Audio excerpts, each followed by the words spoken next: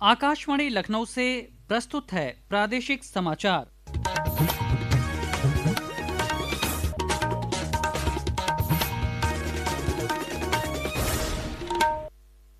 मुख्य समाचार।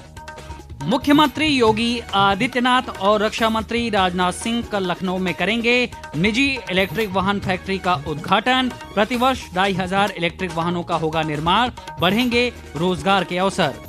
1 अप्रैल से 30 सितंबर 2026 तक चलेगा जनगणना 2027 का पहला चरण, केंद्र ने जारी की अधिसूचना।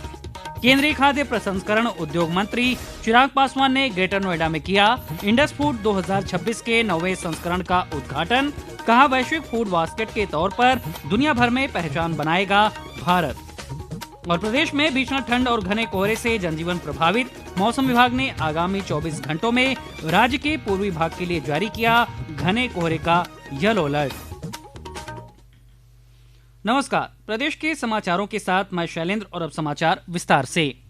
मुख्यमंत्री योगी आदित्यनाथ, रक्षा मंत्री राजनाथ सिंह कल लखनऊ में एक निजी इलेक्ट्रिक वाहन फैक्ट्री का उद्घाटन करेंगे। कार्यक्रम में केंद्रीय मंत्री नितिन गडकरी और HD कुमारस्वामी भी मौजूद रहेंगे। इस ईवी विनिर्माण इकाई की स्थापना को क्षेत्र में औद्योगिक विकास और इलेक्ट्रिक मोबिलिटी को बढ़ावा देने की दिशा में एक बड़ा कदम माना जा रहा है। पेश है एक रिपोर्ट। इलेक्ट्रिक वाहन प्लांट के वाइस प्रेसिडेंट शक्ति सिंह यादव ने बताया कि प्लांट की क्षमता 2,500 प्रतिवर्ष वाहन बनाने की है। मांग बढ़ने पर इसे प्रतिवर्ष 5,000 वाहन तक किया जा सकता है। शक्ति सिंह के अनुसार कंपनी नालंदा सेंटर की स्थापना कर रही है, जहां पर प्रदेश के युवाओं को इस प्रकार प्रशिक्षित किया जाएगा कि वे वाहन निर्माण क्षेत्र में रोजगार पा सकें। उन्होंने कहा कि इस प्लांट के लगने से प्रदेश के हजारों युवाओं को प्रत्यक्ष व अप्रत्यक्ष रोजगार के अवसर उपलब्ध होंगे। इस प्लांट से राज्य को क्लीन एनर्जी और अत्याधुनिक विनिर्माण का केंद्र बनाने के सरकार के विजन को भी मजबूती मिलेगी। कार्यक्रम में केंद्रीय भारी उद्योग मंत्री HD कुमारस्वामी समेत प्रदेश के अन्य मंत्री भी उपस्थित रहेंगे। मुमताज अली, आकाशवाणी समाचार, लखनऊ।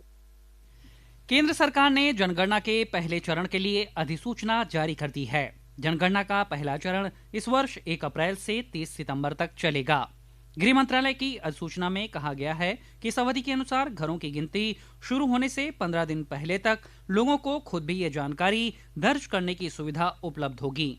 देश में पहली बार डिजिटल तरीके से जनगणना की जाएगी। दूसरे चरण के तहत फरवरी 2027 में जनसंख्या की गणना होगी। केंद्रीय खाद्य प्रसंस्करण उद्योग मंत्री चिराग पासवान ने आज ग्रेटर नोएडा में 3 दिवसीय इंडस फूड 2026 के 9वें संस्करण का उद्घाटन किया। कार्यक्रम को संबोधित करते हुए श्री पासवान ने कहा कि आने वाले दिनों में भारत एक वैश्विक फूड बास्केट के तौर पर दुनिया भर में अपनी पहचान बनाएगा। भारत के प्रोसेसिंग सेक्टर का बढ़ना, जिसमें अभी भी ग्रोथ की अनंत संभावनाएं हैं। मेरे प्रधानमंत्री आदरणीय नरेंद्र मोदी जी का सपना है, उनका लक्ष्य है कि आने वाले दिनों में भारत अपने आप को एक ग्लोबल फूड बास्केट के तौर पर दुनिया के सामने प्रस्तुत करे। और ये क्षमता भारत और भारतीयों में है। भारत एक कृषि प्रधान देश है। एक बड़ी आबादी भारत की किसानी के साथ जुड़ी हुई है। ऐसे में जब हम लोग किसानों की आर्थिक मजबूती की भी कल्पना रखते हैं, सोच रखते हैं, तो उसमें प्रसंस्करण का एक बहुत महत्वपूर्ण योगदान होता है। सक्रिय सुशासन और योजनाओं के समयबद्ध कार्यान्वयन के लिए प्रधानमंत्री के प्रमुख तंत्र प्रगति ने अपनी 50वीं बैठक के साथ महत्वपूर्ण उपलब्धि हासिल की है। उत्तर प्रदेश में रोजा सीतापुर छावनी बुढ़वल रेल दोहरीकरण परियोजना के क्रियान्वयन के दौरान वैधानिक स्वीकृतियों और भूमि अधिग्रहण में देरी के कारण समय सीमा प्रभावित हो रही थी। इस विषय की समीक्षा जुलाई 2017 में प्रधानमंत्री नरेंद्र मोदी की अध्यक्षता में प्रगति मंच पर की गई। प्रधानमंत्री के हस्तक्षेप के कारण यह परियोजना 13 फरवरी 2024 को पूरी हुई। इस परियोजना के पूरा होने से यात्रियों को काफी लाभ हुआ है। इस रूट पर ट्रेनों का आवागमन बढ़ने पर यात्रियों ने खुशी जताई है। हाँ, इससे काफ़ी लाभ हुआ है। अगर हमें पहले अयोध्या नहीं जा पाते थे, आज अयोध्या के लिए, मुरादाबाद के लिए, शाहजहांपुर के लिए, दिल्ली के लिए, सभी जगह के लिए ट्रेनें उपलब्ध हो गई हैं। और दोहरीकरण जब डबल लाइन पड़ गई तो और भी सुविधाएं हैं कि जो ज़्यादा समय लगता था अब कम समय लगता है और आराम से यात्रा भी हो रही है, कोई भीड़ भाड़ भी नहीं रहती। वंदे भारत ट्रेन चल रही है, उसका भी लाभ यहाँ की जनता को और साथ में मुझे भी मिल रहा है।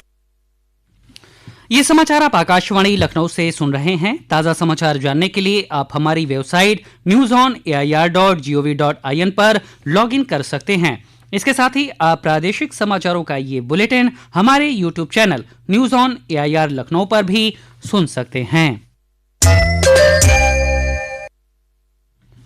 निर्वाचन आयोग ने विशेष गहन पुनरीक्षण के तहत ड्राफ्ट मतदाता सूची प्रकाशित कर दी है। प्रदेश के मुख्य निर्वाचन अधिकारी नवदीप रेडवा ने मतदाताओं से अपील की है कि वे ड्राफ्ट सूची को जरूर देखें। मतदाता अपने BLO के पास जाकर उपलब्ध ड्राफ्ट मतदाता सूची देख सकते हैं। इसके अलावा मोबाइल ऐप या फिर निर्वाचन आयोग की वेबसाइट पर भी अपना नाम देखा जा सकता है। श्री रेडवा ने कहा कि फॉर्म 6 भरकर सूची में नाम जुड़वाया जा सकता है।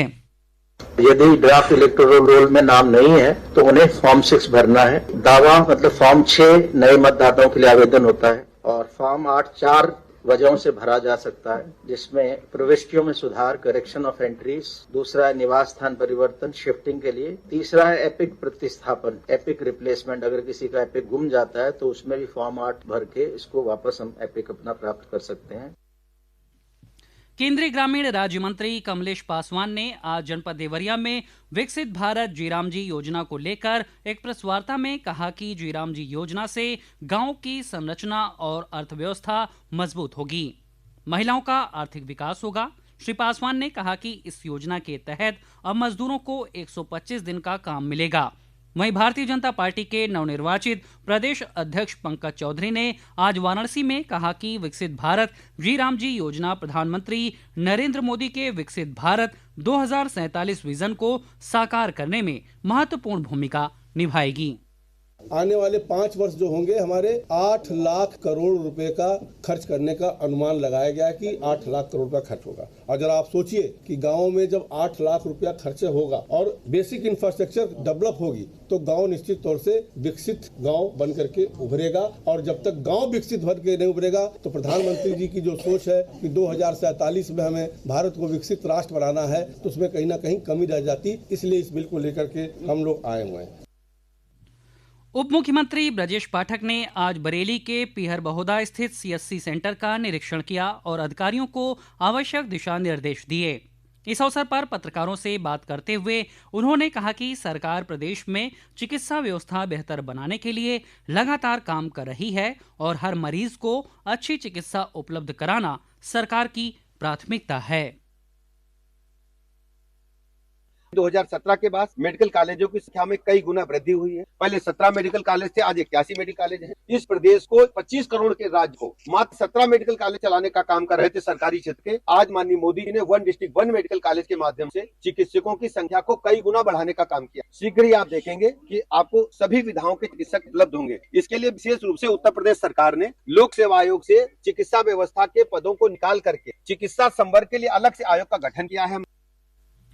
वाराणसी में आयोजित 72वीं सीनियर नेशनल वॉलीबॉल चैंपियनशिप में आज उत्तर प्रदेश ने गुजरात को प्लेऑफ में हराकर क्वार्टर फाइनल में प्रवेश किया। यूपी की टीम ने गुजरात को 25-16 के अंतर से पराजित किया। वहीं एक अन्य मुकाबले में महिला वर्ग में तमिलनाडु की टीम ने तेलंगाना को 3-0 से शिकस्त देकर क्वार्टर फाइनल में जगह बना ली है। प्रदेश भर में ठंड और घने कोहरे से जनजीवन प्रभावित है। हालांकि राजधानी लखनऊ सहित कई जिलों में आज धूप निकलने से लोगों को राहत मिली।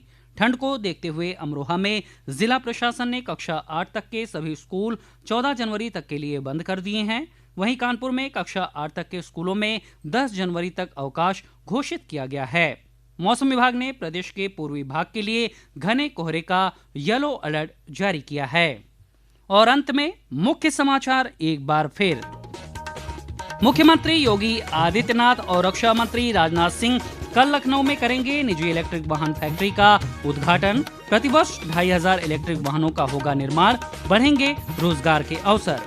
1 अप्रैल से 30 सितंबर 2026 तक चलेगा जनगणना 2027 का पहला चरण, केंद्र ने जारी की अधिसूचना। केंद्रीय खाद्य प्रसंस्करण उद्योग मंत्री चिराग पासवान ने ग्रेटर नोएडा में किया इंडस फूड 2026 के 9वें संस्करण का उद्घाटन। कहा वैश्विक फूड बास्केट के तौर पर दुनिया भर में पहचान बनाएगा भारत। और प्रदेश में भीषण ठंड और घने कोहरे से जनजीवन प्रभावित। मौसम विभाग ने आगामी 24 घंटों में राज्य के पूर्वी भाग के लिए जारी किया घने कोहरे का येलो अलर्ट। इसी के साथ प्रादेशिक समाचारों का ये बुलेटिन समाप्त हुआ। अगला बुलेटिन रात 8 बजे FM पर प्रसारित किया जाएगा। नमस्कार।